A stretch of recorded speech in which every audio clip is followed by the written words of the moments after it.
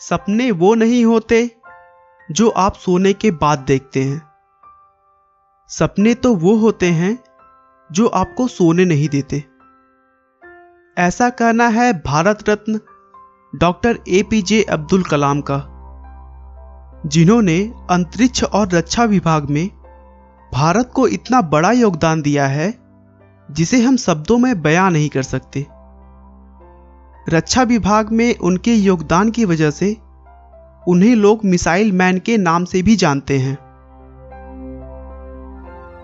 अब्दुल कलाम 2002 से 2007 तक भारत के 11वें राष्ट्रपति बने रहे, जिन्हें यह पद टेक्नोलॉजी और साइंस में उनके विशेष योगदान की वजह से मिला, न कि हमारे देश की गंदी राजनीति की वजह से। लेकिन दोस्तों, कलाम को यह कामयाबी इतने आसानी से नहीं प्राप्त हुई थी। इस कामयाबी के पीछे एक बहुत बड़ा संघर्ष छुपा हुआ है। आइए हम उन्हें अच्छी तरीके से जानने के लिए उनके बचपन से शुरुआत करते हैं। अब्दुल कलाम का जन्म 15 अक्टूबर 1931 को तमिलनाडु के रामेश्वरम में एक मुस्लिम परिवार में हुआ था। रामेश्वरम जो कि पहले मद्रास में था, लेकिन अब वह तमिलनाडु राज्य में है।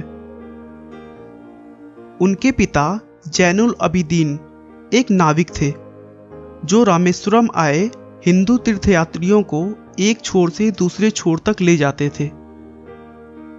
शुरू से ही उनके परिवार की आर्थिक स्थिति बिल्कुल भी ठीक नहीं थी। कैसे भी करके 2 वक्त का खाना मिल जाए वही ज्यादा हुआ करता था। आर्थिक स्थिति अच्छी न होने की वजह से अब्दुल कलाम को छोटी उम्र में ही काम करना पड़ा। वह अपने घर वालों के आर्थिक मदद के लिए स्कूल से आने के बाद न्यूज़पेपर और मैगजीन बेचने का काम करते थे। इतने परिश्रम के बाद भी वह अपना पढ़ाई में पूरा ध्यान लगाते थे। उनके अंदर हमेशा कुछ नया सीखने की भूख रहती थी।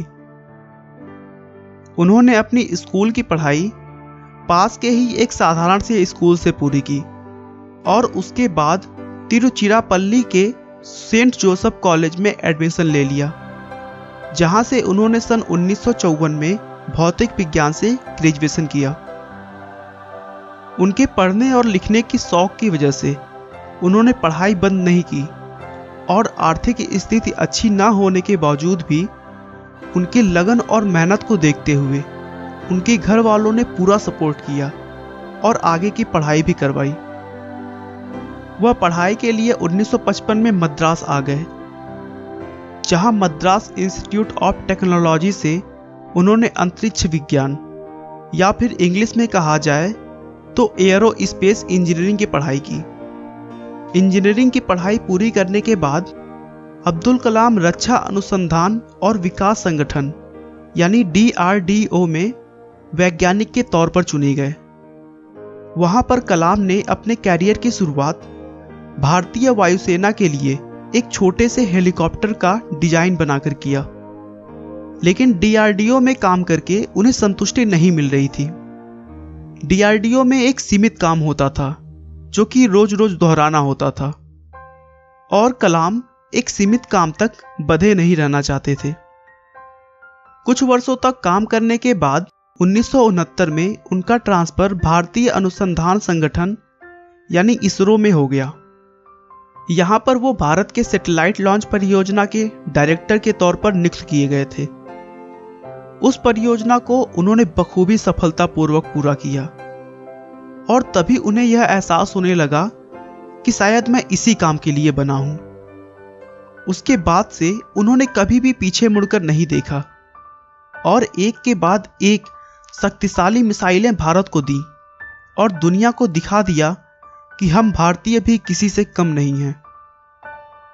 एक अद्भुत वैज्ञानिक के तौर पर उनकी उपलब्धियों को देखते हुए 2002 में उन्हें राष्ट्रपति पद का उम्मीदवार बनाया गया और 2007 तक उन्होंने बखूबी अपने कार्यों को पूरा किया।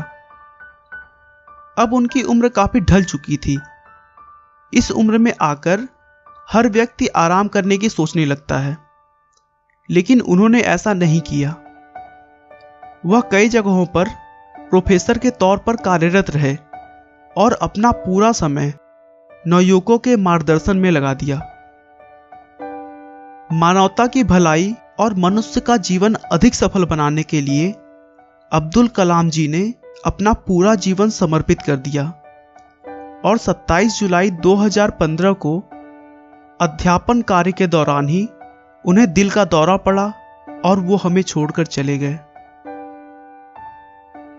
दोस्तों, अब्दुल कलाम का कहना है कि जीवन में कठिनाइयां हमें बर्बाद करने नहीं आती हैं, बल्कि यह हमारी छुपी हुई सामर्थ्य और शक्तियों को बाहर निकालने में हमारी मदद करती हैं।